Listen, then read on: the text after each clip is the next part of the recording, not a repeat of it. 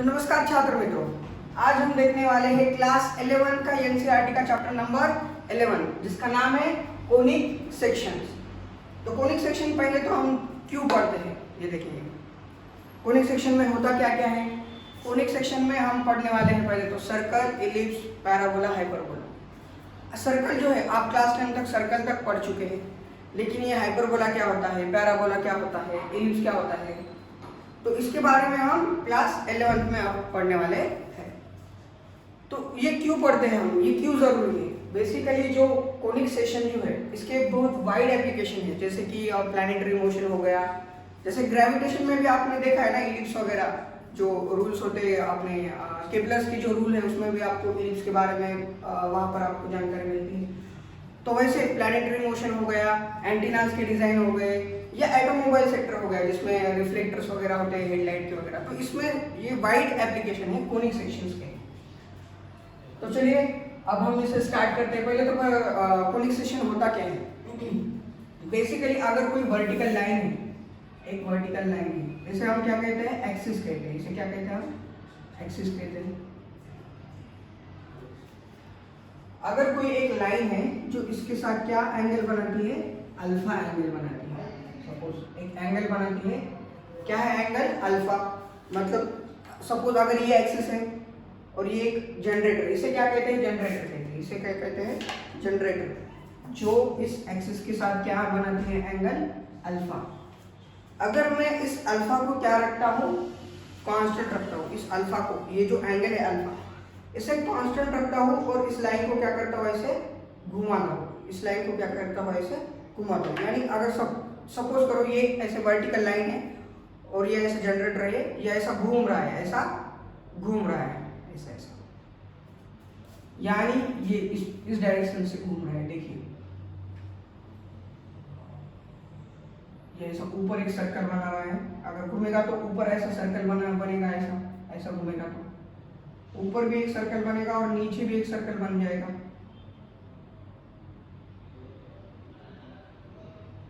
यानी क्या बन रहा है यहाँ पर, ये एक्सिस थोड़ा सेंटर से ले लेता हूँ। एक काम करता हूँ,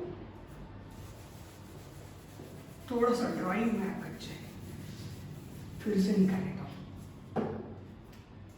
ये हमारा जनरेटर था,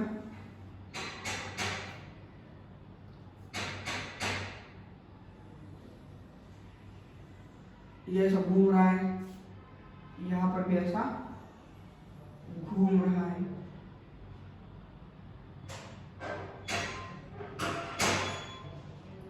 और ये है हमारी एक्सिस, ये क्या है हमारी एक्सिस।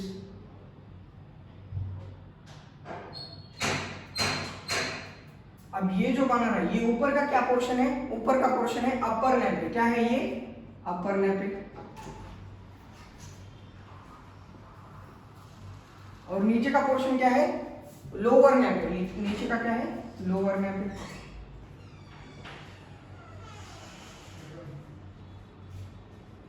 ये जो ऊपर का पोर्शन बनता है इसे क्या कहते हैं, अपर नेपिक। ये एंगल क्या था हमारा, अल्फा का। एंगल क्या था हमारा, अल्फा। ऊपर का पोर्शन है अपर नेपिक, नीचे का पोर्शन क्या है, लोअर नेपिक। और इसे हम क्या कहते हैं, इस लाइन को क्या कहते हैं हम, जनरेटर कहते हैं। इस लाइन को क्या कहते हैं, जनरेटर। और इस लाइन को क्या कहते हैं, एक्सिस कहते हैं। और ये जो दो जो लाइन है जो जहां पर इंटरसेक्ट होते हैं उस पॉइंट को क्या कहते हैं हम, वर्टेक्स। आप किताब में देख सकते हैं इस डायग्राम को एकदम अच्छे से निकाली हुई है। इस डायग्राम का मैं आपको नाम बताता हूँ।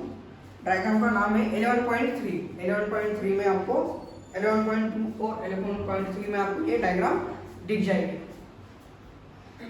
अगर कोई प्लेन है, सपोज एक कोई प्लेन है और वो क्या कर रहा है, इस नैपे को इंटरसेक्ट कर रहा है, या तो अपर नैपे को इंटरसेक्ट कर रहा है या तो लोअर नैपे को इंटरसेक्ट कर रहा है। सपोज ये है हमारा एक प्लेन और इस कोन को क्या कर रहा है, ये इंटरसेप्ट कर रहा है। तो इसके चार कंडीशंस होते हैं बेसिकली।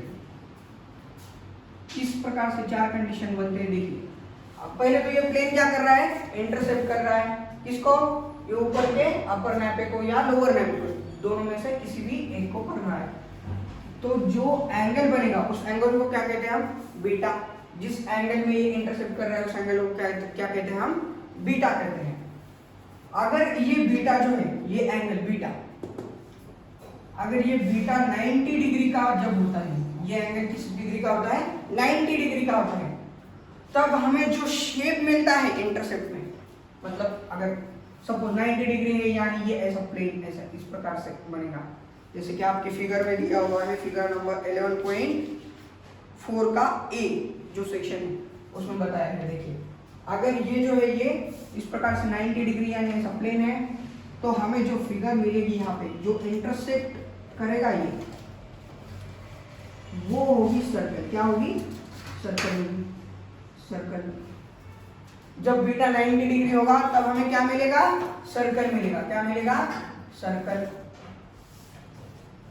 और अगर इस बीटा की वैल्यू अब 90 डिग्री नहीं है, 90 से क्या है? थोड़ी सी कम है, 90 से क्या है? कम है। और अल्फा जो एंगल है, अल्फा यानी कौन सा एंगल? जो जनरेटर और एक्सिस के बीच में जो एंगल बन रहा है उसे अल्फा कहते हैं हम। इस अल्फा से क्या है? उसकी वैल्यू ज्यादा है। अगर अल्फा से ज्यादा है और 90 से क्या है?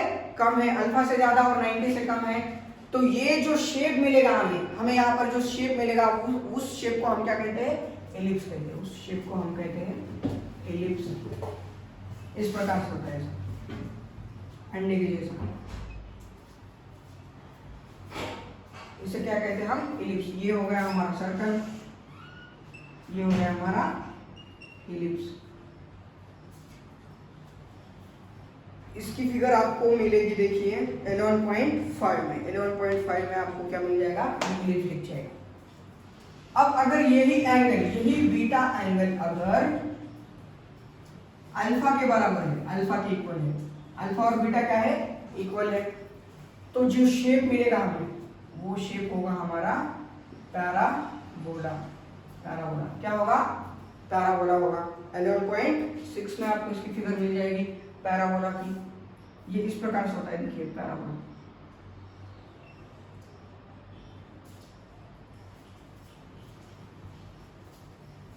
ऐसा इस साइड में भी इसका मुंह निकल सकता है, ऊपर से भी निकल सकता है, यहाँ पे लेफ्ट साइड से भी निकल सकता है, नीचे से भी निकल सकता है।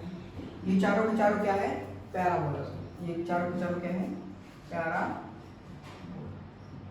ये कब बनता है? जब प्लेन जो एंगल बना रहा है बीटा, वो बीटा एंगल क्या हो? अल्फा के इक्वल हो। अल्फा और बीटा जब इक्वल होंगे तब जो भी शेप बनेगा वो क्या होगा? पैराबोला होगा। अब फोर्थ कंडीशन, अगर ये बीटा जो है ये अल्फा से भी छोटा है और 0 से बड़ा है, तो जो शेप बनेगा उसे हम कहते हैं हाइपरबोला। क्या कहते हैं? हाइपरबोला। हाइपरबोला की फिगर आपको दिखेगी 11.7 में। ये कैसा होता है? पैराबोला का मुंह जैसा थोड़ा बड़ा होता है, इसका मुंह थोड़ा छोटा होता है और ये थोड़ा लंबा होता है। ये होता है हाइपरबोला। ये हमारा पैराबोला और ये हमारा हाइपरबोला। छोटे मुंह का जो होता है वो होता है हाइपरबोला और बड़े मुंह का पैराबोला। तो देख ही लीजिए सारे चीजों को, सर्कल, एलिप्स, पैराबोला और हाइपरबोला। 4 कंडीशन के लिए 4 चीजें। तो चलिए इसे नोट डाउन कर लीजिए। ये हाइपरबोला इसे लिख देता हूँ यहाँ पर, हाइपरबोला। सारी चीजें नोट डाउन कर लीजिए।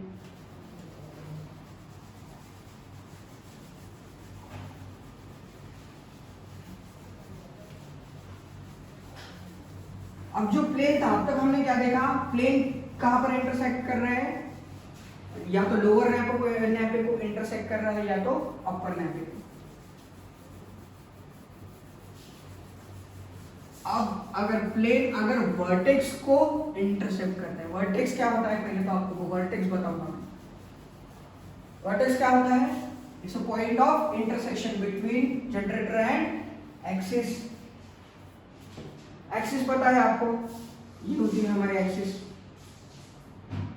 जनरेटर भी पता है आपको, ये होता है आपका जनरेटर। फिर ये जनरेटर क्या होता है? घूमता है। ये है हमारा अल्फा। यहाँ पर जो पॉइंट है इसे कहते हैं हम वर्टेक्स। अगर प्लेन इस वर्टेक्स को इंटरसेक्ट हो रहा है, प्लेन किसको इंटरसेक्ट हो रहा है आप, वर्टेक्स को,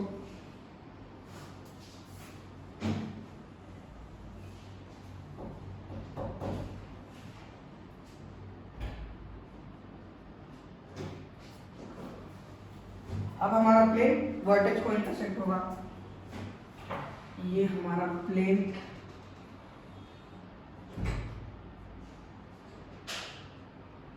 अब जब बीटा का एंगल, अब बीटा यहां पर होगा, ये बीटा, ये हमारा अल्फा है जनरेटर और एक्सिस के बीच का। अब यहां पर तीन ही कंडीशन होती है, अगर बीटा 90 डिग्री है या उससे छोटा है और अल्फा से क्या है, बड़ा है। 90 डिग्री है, 90 से छोटा है और अल्फा से क्या है, बड़ा है, तब पॉइंट ऑफ मतलब इंटरसेक्शन क्या होगा, इसका पॉइंट बनेगा, सिर्फ एक पॉइंट होगा, कुछ भी नहीं बनेगा, ना सर्कल बनेगा ना एलिप्स बनेगा, कुछ भी नहीं बनेगा, सिर्फ एक पॉइंट बचेगा। क्या बचेगा, पॉइंट। अब अगर अल्फा और बीटा इक्वल है, अल्फा और बीटा इक्वल है, तब जो शेप बनेगा, पहले तो ये प्लेन किसको इंटरसेक्ट हो रहा था, नैपे को, अपर या लोअर। अब इस बार किसको इंटरसेक्ट हो रहा है, वर्टेक्स को। अल्फा और बीटा इक्वल कब होंगे, जब ये लाइन पैरेलल होगी, ये जो लाइन दिख रही है आपको, ये जनरेटर जो दिख रहा है, ये जनरेटर और इसकी जो लाइन है, जब पैरेलल होंगे दो, तब क्या होगा, अल्फा और बीटा इक्वल होगा। और जब अल्फा और बीटा इक्वल होगा, तब यहाँ पर जो शेप बनेगा वो बनेगा पैराबोला। वो क्या बनेगा, पैराबोला। इसे डीजनरेटेड कोनिक सेक्शन बोलते हैं। वो कोनिक सेक्शन था, यहाँ पर डीजनरेट हो रहा है जब वर्टेक्स को इंटरसेक्ट हो रहा है तब। अब बीटा जब होगा अल्फा से छोटा और जीरो से बड़ा, अल्फा से क्या है, छोटा है और जीरो से बड़ा, तो कंडीशन क्या बनेगी, हाइपरबोला। क्या बचता है अब यहाँ पर, हाइपरबोला। यहाँ पर पैराबोला, यहाँ पर पॉइंट और यहाँ पर हाइपरबोला। इसकी फिगर है 11.10 हाइपरबोला के लिए, हाँ, और पैराबोला के लिए 11.9 और पॉइंट के लिए 11.8। आप फिगर में से रेफर कर सकते हैं। तो इसे नोट डाउन कर लीजिए, तीनों पॉइंट्स बहुत इंपॉर्टेंट है।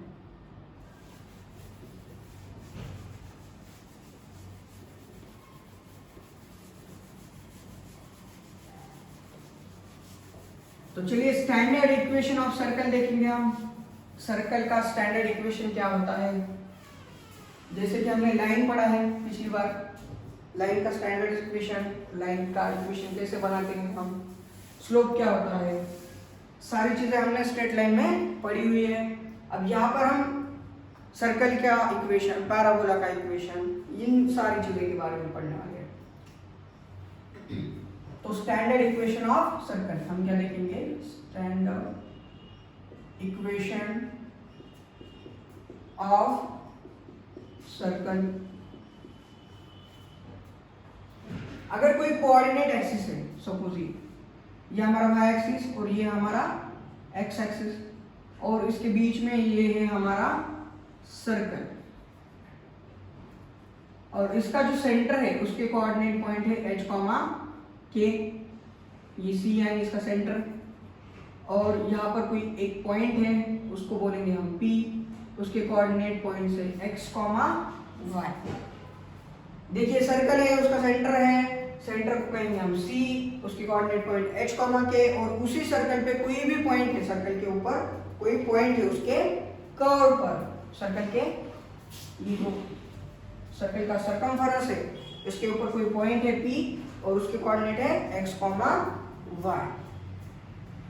अब हमें इस सर्कल का क्या निकालना है, स्टैंडर्ड इक्वेशन निकालना है। क्या निकालना है, स्टैंडर्ड इक्वेशन। आपको कोई सर्कल की डेफिनेशन, वैसे डेफिनेशन का उतना इंपॉर्टेंस नहीं है आपको के लिए, क्योंकि यहाँ पर कंसेप्ट वाइज क्वेश्चन होते हैं। फिर भी अगर आपको डेफिनेशन पूछा गया अगर सर्कल का, तो सर्कल क्या होता है, ये एक प्लेन के ऊपर अगर एक फिक्स्ड पॉइंट है और उस फिक्स्ड पॉइंट से अगर उस प्लेन के ऊपर एक सेम डिस्टेंस पर हम क्या करें, एक लोकस ड्रॉ करें पॉइंट का, एक पॉइंट को हम क्या करें लोकस, और उसको जोड़ दें, अगर उस पॉइंट को क्या करेंगे हम जोड़ देंगे। ये देखिए फिक्स्ड पॉइंट है और फिक्स डिस्टेंस यानी रेडियस, फिक्स डिस्टेंस यानी क्या, रेडियस।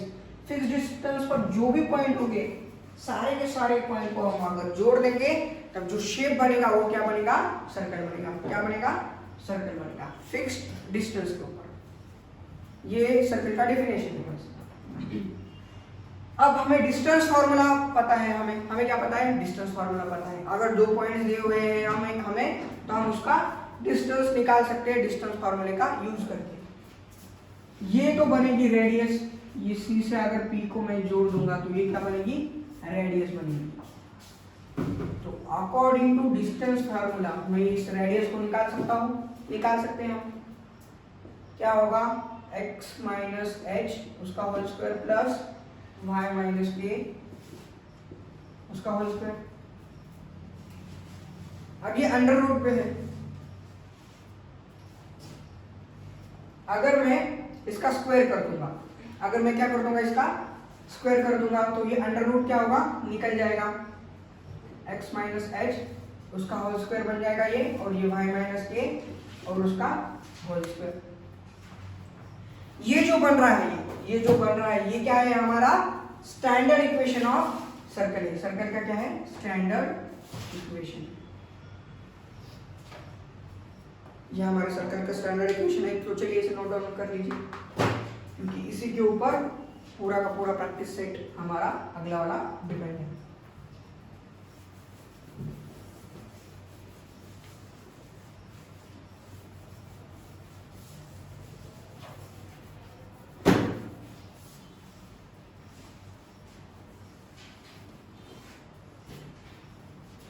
चलिए एक्सरसाइज नंबर 11.1 को हम अब कर देंगे स्टार्ट। एक्सरसाइज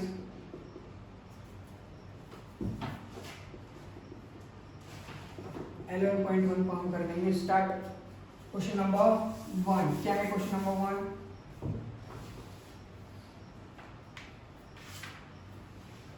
तो यहाँ पर हमें सेंटर और रेडियस दिया हुआ है। क्वेश्चन नंबर 1 से 5 के बीच में हमें सेंटर और रेडियस दिया हुआ है, और हमें फाइंड क्या करना है, इक्वेशन ऑफ सर्कल। हमें क्या फाइंड आउट करना है, सर्कल का इक्वेशन फाइंड आउट करना है। हमें सेंटर दिया हुआ है और रेडियस दी हुई है। तो क्वेश्चन नंबर 1 में देखिए सेंटर पॉइंट है 0,2, सेंटर क्या है हमारा 0,2, और रेडियस क्या दी हुई है, यहाँ पर हमें रेडियस मिलती है 2, रेडियस है 2 और सेंटर है हमारा 0,2।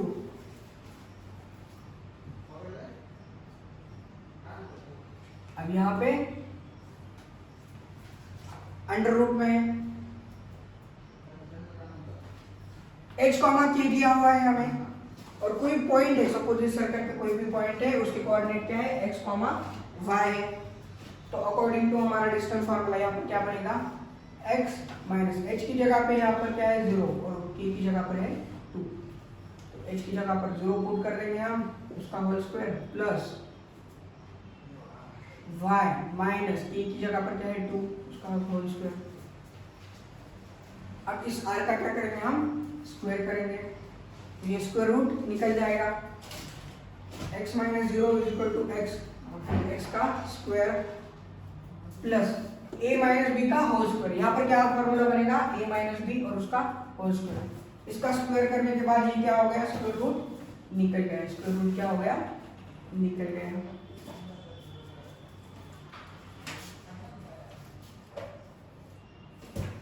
एक्स स्क्वायर, और ये क्या होगा, Y square minus 4y plus 2 का square 4। R square is equal to x square plus Y square minus 4y plus 4। R की वैल्यू क्या दी हुई है हमें 2, और 2 का स्क्वायर क्या होता है 4। 2 का स्क्वायर क्या होता है 4। तो ये जो 4 है और ये 4 है हो जाएगा कैंसिल, बचेगा सिर्फ x square plus Y square minus 4y equal to 0। तो ये जो बन रहा है हमारा, ये क्या बन रहा है, सर्कल का स्टैंडर्ड इक्वेशन। इस सर्कल का अगर सेंटर ये होगा 0,2 और रेडियस 2 होगी, तो उसका इक्वेशन जो होगा सर्कल का वो इस प्रकार से होगा।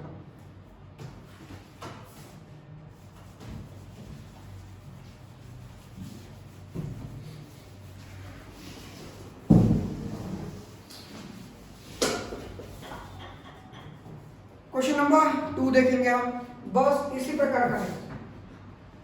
यहाँ पर हमें सेंटर दिया हुआ है और रेडियस। सेंटर और रेडियस देने के बाद आपको पता चल गया है किस प्रकार से निकालने का है उसके इक्वेशन को। तो क्वेश्चन नंबर 3 लेंगे हम 1,2, उसका सेंटर है 1,2 और 1,4 और रेडियस दिया हुआ है 1/12। 1/2, 1/4 क्या है, इसका सेंटर है और रेडियस है 1/12। तो हमें पता है standard equation of circle r² = x - h उसका whole square plus y - k उसका होल स्क्वायर। तो r की वैल्यू क्या है 1/12 उसका होल स्क्वायर = x। h यहाँ पर क्या है 1/2 और k क्या है यहाँ पर 1/4। 1/2 उसका whole square plus y - k की जगह पर क्या लिखना है यहाँ पर 1/4 उसका होल स्क्वायर। तो 1/12 का होल स्क्वायर यानी 1/144। a माइनस b का होल स्क्वायर, यहाँ पर क्या फॉर्मूला बनता है a माइनस b का होल स्क्वायर यानी a square minus 2 into a into b, 2 into a into b plus b का स्क्वायर यानी 1/2 का स्क्वायर होता है 1/4 plus a square minus 2 into a into b plus b का स्क्वायर यानी 1/4 का स्क्वायर यानी 1/16। ये है हमारा 1/144। मैं क्या करता हूँ 144 से क्या करता हूँ दोनों साइड को मल्टीप्लाई कर देता हूँ 144 से। अगर इसे 144 से मल्टीप्लाई कर दूंगा तो ये बन जाएगा 1 और ये बनेगा हमारा 144x²। ये 2 और 2 कैंसिल हो गया। यहाँ पर क्या बचेगा 144 से मल्टीप्लाई करने के बाद 144x। यहाँ पर अगर 144 से मैं अगर मल्टीप्लाई करता हूँ 144 डिवाइडेड बाय 4 कितना होगा 144 डिवाइडेड बाय 4, 4 3 12 और ये 4 6 24, 4 6 24 तो ये बनेगा 36 प्लस 144 y²। 2 1 2 2 2 4, यहाँ पर क्या होगा 2 होगा। 144 डिवाइडेड बाय 2, 144 डिवाइडेड बाय 2 यानी कितना होगा 72 होगा। क्या होगा 72 और ये y प्लस 144 डिवाइडेड बाय 16 यानी 16 9 का 144 तो यहाँ पर आ जाएगा 9। तो ये देखिए 144x² प्लस 144y² फिर माइनस 144x ये माइनस 72y। ये सारे टर्म लिख लिए। अब कांस्टेंट लिखना है। ये जो 1 है इस साइड में आने के बाद नेगेटिव होगा तो पहले इन सब के एडिशन करेंगे। यहाँ पर क्या क्या है 36 है। 36 में हम क्या मिलाएंगे 9 मिलाएंगे। 36 में अगर 9 मिलाएंगे तो ये होगा 45 और 45 में से 1 अगर चला गया तो वो होगा 44 पॉजिटिव वाला। 36 प्लस 9 पॉजिटिव 45, पॉजिटिव 45 में से 1 चला गया यानी 44 = 0। अब अगर मैं इसे 4 से डिवाइड कर देता हूँ, सारी चीजों को अगर मैं किससे डिवाइड करता हूँ 4 से, तो ये होगा 36x² plus 36y² minus 36x minus 4 से इसे करूंगा तो मैं ये होगा 18 4 72 और इसे 4 से डिवाइड करूंगा तो ये होगा 11। तो ये बन गया मेरा standard equation of circle. Circle का स्टैंडर्ड इक्वेशन जो हमें चाहिए था इक्वेशन ऑफ सर्कल वो हमें मिल गया इक्वेशन ऑफ सर्कल। तो चलिए इसे नोट डाउन कर लीजिए।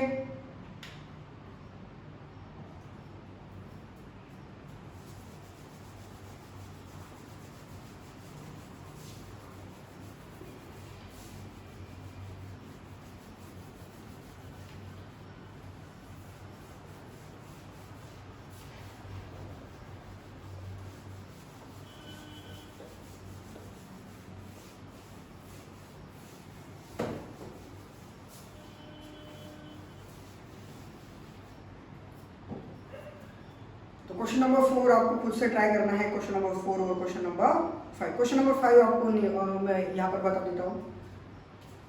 a माइनस बी, सेंटर है इसका माइनस ए और माइनस बी, सेंटर है माइनस ए और माइनस बी, और रेडियस दिया हुआ है हमें under root A square minus B square.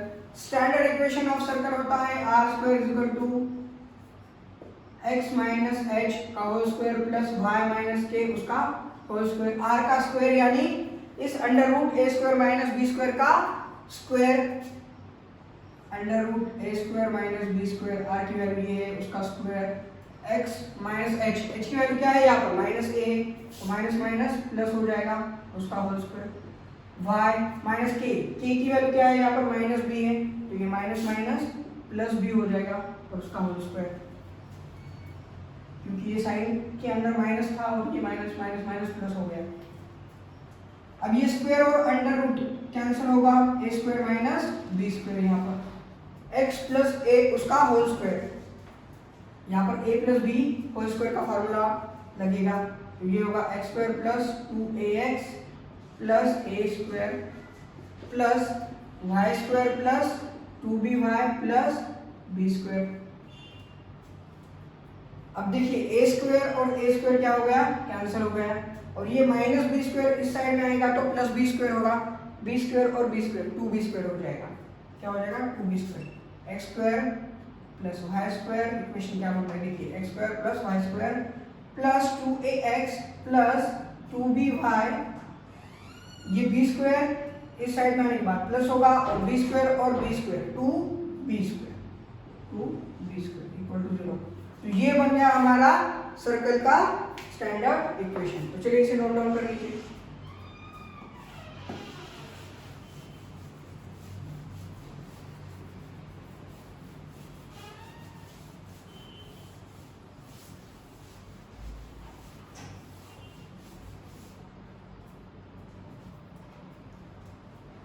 तो चलिए हम अब देखेंगे क्वेश्चन नंबर 6। क्वेश्चन नंबर 6 में आपको क्या दिया हुआ है यहाँ पर, क्वेश्चन नंबर 6 to 9 में हमें यहाँ पर सेंटर और रेडियस क्या करना है, फाइंड आउट करना है। क्वेश्चन नंबर 6 to 9 में क्या क्या फाइंड करना है हमें एक तो फाइंड करना है उसका सेंटर और दूसरा उसका रेडियस। हमें यहाँ पर क्या दिया हुआ है, इक्वेशन दिया हुआ है, सर्कल का क्या दिया हुआ है, स्टैंडर्ड इक्वेशन दिया हुआ है। तो क्वेश्चन नंबर 6 देखिए, x प्लस 5 का स्क्वायर, x प्लस 5 उसका whole square plus y minus 3 whole square is equal to 36। ये है हमारा स्टैंडर्ड इक्वेशन ऑफ सर्कल, और हमें क्या पता करना है यहाँ पर, रेडियस पता करना है हमें और सेंटर पता करना है। हमें क्या पता करना है, सेंटर और रेडियस पता करना है।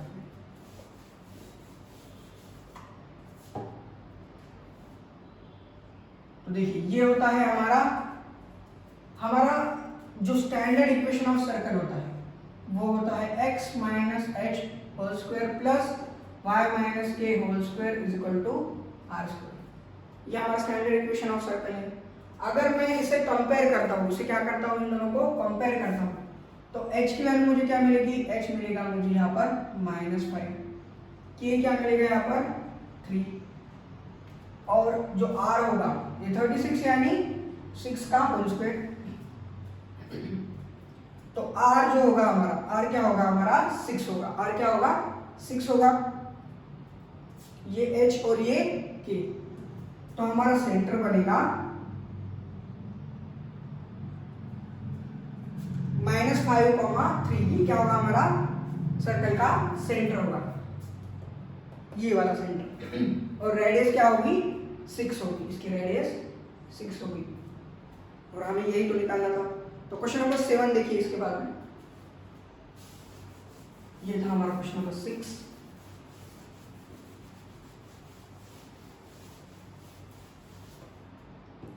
क्वेश्चन नंबर 7 है हमारा x square plus Y square minus 4x, x square plus Y square minus 4x minus 8y minus 45, minus 8y minus 45 equal to 0। अब यहाँ पर किस प्रकार से निकालेंगे हम सेंटर और रेडियस को, तो देखिए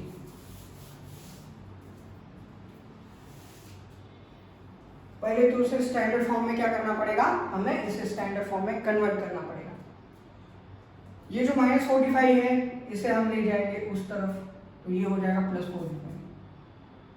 यहाँ पर x² है, ये -4x इसके साइड में लाएंगे, फिर ये y² है और ये -8y इसके साइड में लाएंगे।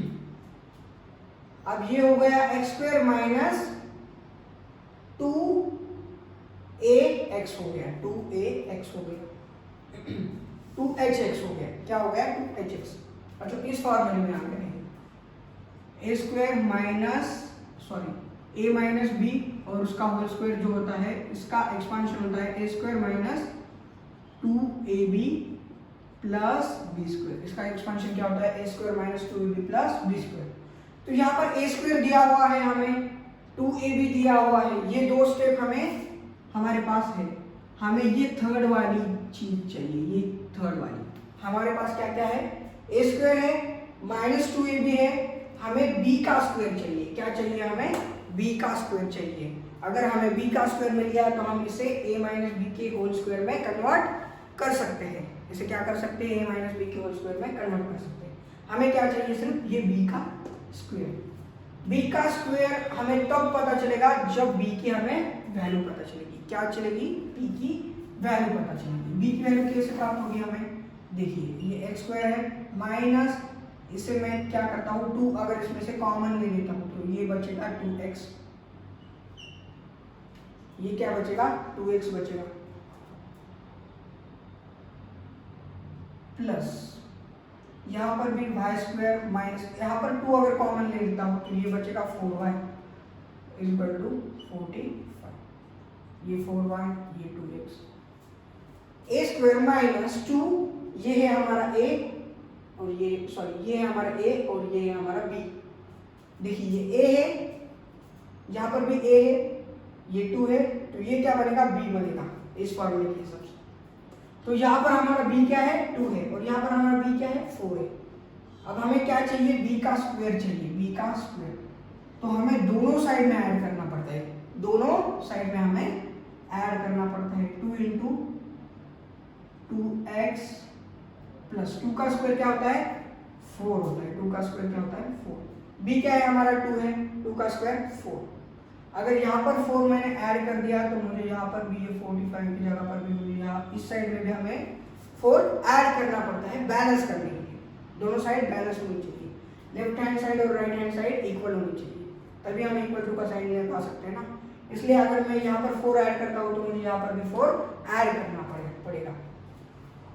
फिर ये प्लस y² - 2, यहाँ पर b की वैल्यू क्या है 4 है, b की वैल्यू क्या है 4 है, इंटू 4y। b की वैल्यू 4 है तो 4 का स्क्वायर कितना होगा 16। यहाँ पर मैंने 16 ऐड कर दिया तो यहाँ पर भी मुझे 16 ऐड करना पड़ेगा। अब इसे फॉर्मूले में कन्वर्ट करेंगे हम। a माइनस b की वैल्यू क्या है, यहाँ पर b की वैल्यू है 2 और 2 का होल स्क्वायर a माइनस b का होल स्क्वायर कन्वर्ट हो गया। उसी प्रकार से इसे भी कन्वर्ट करना है। यहाँ पर मुझे a मिलता है y और b क्या मिलेगा, मुझे यहाँ पर 4 मिलेगा और उसका होल स्क्वायर। और इन सारी चीजों की मुझे क्या करनी है, एडिशन करनी है। 45 + 4 + 16 + 4 होगा 20 और 20 + 45 यानी कितना होगा 55 और 65, कितना बनेगा 65 बनेगा। अब मैं क्या करता हूँ, उसका इस 65 का स्क्वायर चाहिए मुझे, क्योंकि यहाँ पर स्टैंडर्ड इक्वेशन क्या होता है x - h का होल स्क्वायर, x - h का whole square plus y - k उसका होल स्क्वायर = r² होता है। यहाँ पर क्या चाहिए मुझे, स्क्वायर चाहिए। तो मैं इसे इस प्रकार से लिख सकता हूँ √65 और उसका होल स्क्वायर, रूट और ये स्क्वायर कट जाएगा 65 बचेगा। तो 65 को मैंने थोड़ा रीअरेंज करके लिखा क्योंकि मुझे स्क्वायर चाहिए था ऊपर, इसलिए। अब h क्या होगा, अगर मैं इसे कंपेयर करता हूँ तो h होगा मेरा 2, k मेरा क्या होगा, k मेरा होगा 4 और रेडियस क्या होगी √65, ये होगी मेरी रेडियस। तो सेंटर बन रहा है यहाँ पर 2,4 और रेडियस क्या बन रही है, रेडियस बन रही है √65। 5। सेंटर है 2,4 और रेडियस है √65। हमें क्या चाहिए था? यही तो चाहिए था हमें। तो चलिए इसे नोट डाउन कर लीजिए।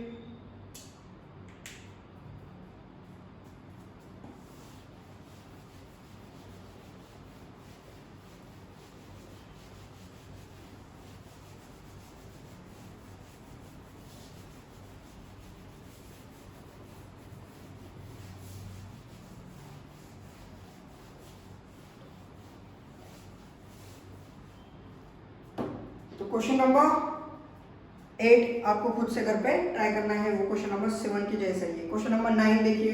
क्वेश्चन नंबर 9 में हमें क्या दिया हुआ है? 2x² + 2y², 2x² + 2y उसका whole square minus x = 0। 2x² + 2y² minus x = 0। ये है हमारा स्टैंडर्ड इक्वेशन ऑफ सर्कल और हमें निकालना है सेंटर और रेडियस। अब इस तरह का इक्वेशन होगा तब क्या करना है देखिए। अगर मैं इसमें से 2 को क्या कर लेता हूं? कॉमन निकाल लेता हूं। 2 को मैं कॉमन निकाल लेता हूं तो ये बचेगा x² माइनस इसमें से 2 कॉमन निकलेगा तो ये 1/2 x हो जाएगा प्लस y²। मैंने क्या किया? सिर्फ इसे पहले लिखा और इसे बाद में लिख दिया ताकि मुझे अच्छे से इस फॉर्म में मुझे कन्वर्ट करना है, a - b के होल स्क्वायर फॉर्म में कन्वर्ट करना है।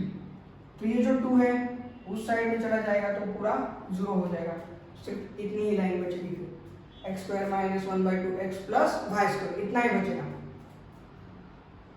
x² यानी a का स्क्वायर मिल गया है मुझे, माइनस अगर मैं इसमें से 2 कॉमन ले लेता हूँ तो ये बनेगा 1/4। ये 1/2 की जगह पर क्या बन जाएगा? 1/4। अगर मैं इसमें से 2 कॉमन ले लेता हूँ, देखिए 2 × 2 = 4 एंड 1/2 बन रहा है।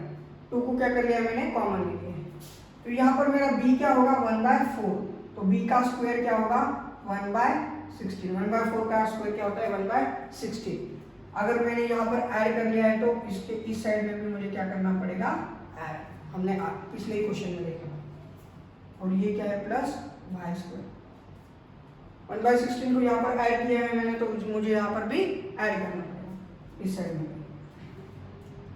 तो ये बनेगा x माइनस b की क्या जो वैल्यू है हमारी 1/4 और उसका होल स्क्वायर प्लस y² = 1/4 और उसका होल स्क्वायर। 1/16 यानी 1/4 का होल स्क्वायर। अब इसे अगर स्टैंडर्ड इक्वेशन से कंपेयर करेंगे तो h बनेगा मेरा 1/4 के, यहाँ पर कुछ है ही नहीं y² के सब्ट्रैक्शन में, तो ये होगा 0 और r क्या है मेरा? 1/4। तो मेरा सेंटर होगा 0, 1/4 और मेरी रेडियस होगी 1/4। तो ये था हमारा क्वेश्चन नंबर 9। तो चलिए आज के इस वीडियो में हम क्वेश्चन नंबर 9 तक लेंगे। अगले वाले वीडियो में यानी पार्ट 2 में एक्सरसाइज 11.1 का ये क्या है हमारा? पार्ट 1 है। ये क्या है हमारा? पार्ट 1। पार्ट 2 में हम आगे के जो क्वेश्चन है जो बड़े बड़े दिख रहे हैं आपको वर्ड प्रॉब्लम की तरह, बहुत सिंपल से क्वेश्चन है तो उसे लेंगे।